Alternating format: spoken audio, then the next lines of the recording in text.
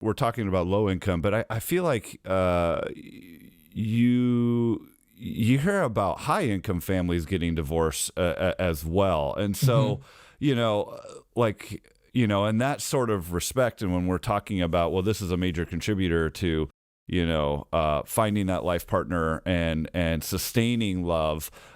So why would that, okay, say we've got a nice fat bank account and both are contributing, but there's still a divorce. There's still people fall out of love. So, you know, what is happening there, I guess, is my major question. I mean, there's any number of reasons why, you know, I mean, we're not saying that this is a one size fits all situation. I think compatibility in relationships has to do with a lot. So what's ironic about compatibility, to answer your question with, if you're wealthy, like even shared household duties may create, and that's a physical construct thing that may be like in wealthy relationships.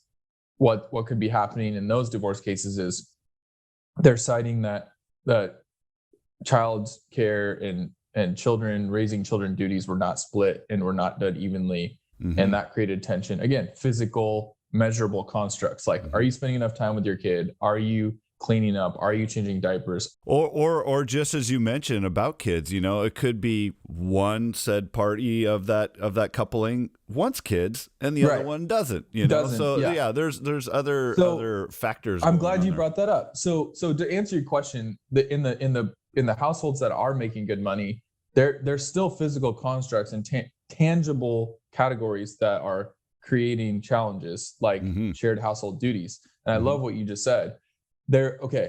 People who break up and get back together, I'm sure you and I grew up with people who do that all the time. Broke up, go back, and it typically doesn't work. And the reason why is because when you break up and get back together, your compatibility is not there. Like what's happening when people break up and get back together is the intangibles are bringing them back together. Like, oh, we're attracted to each other. We have fun together. We like to, you know, X, Y, Z. So, but then they go 6 more months and they're like, oh, wait, I don't get along with you.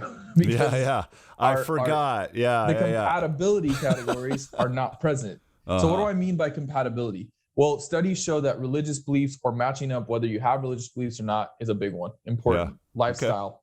Okay. You mentioned kids. Big one. Yeah. So people can have the most butterflies, the most excitement, the most fun, the best hikes, the best vacations, that you name it. They can have all this cool stuff going on in their social life and share all the circle of friends. Yeah. But if one person wants kids and one person doesn't, compatibility is next to impossible. Yeah. Because again, what's the goal in life? And this is another podcast for another day, but happiness and satisfaction are 2 top rated sources of like health and longevity, right? To be happy and satisfied in life. So if one person in their core wants kids to be happy and satisfied, and one person in their core doesn't want kids to be happy and satisfied, then you have 2 separate incompatible categories that are really big at the top. And so when people break up and get back together over and over, and they're like, well, we're still trying to figure out kids. It's like, oh man, either one person wants them or doesn't. It's not I can convince you thing, or I'm going to sacrifice for you. Like it's eventually going to create a big divide in your relationship. And that's, again, measurable thing that has to do with so you can be the most socially compatible and have the most fun, have the most excitement, and have the best sexual relationship ever. But one person, again, wants 3 children, one person wants 0. And I don't know that there's a way to get around, because that, again, that's compatibility. That's not I feel strongly. They do feel strongly towards each other. We know that they do. Yeah. But the happiness and satisfaction for 5, 10, 20, 30 years going forward is going to be extremely difficult, because one person is going to be disappointed on one side or the other, whether they decided to have kids or didn't. You know, one person can be like, oh, I didn't want kids, but I did it for them all the time. You know, or one person can be like, I wanted kids and we never had them, and I did that for them.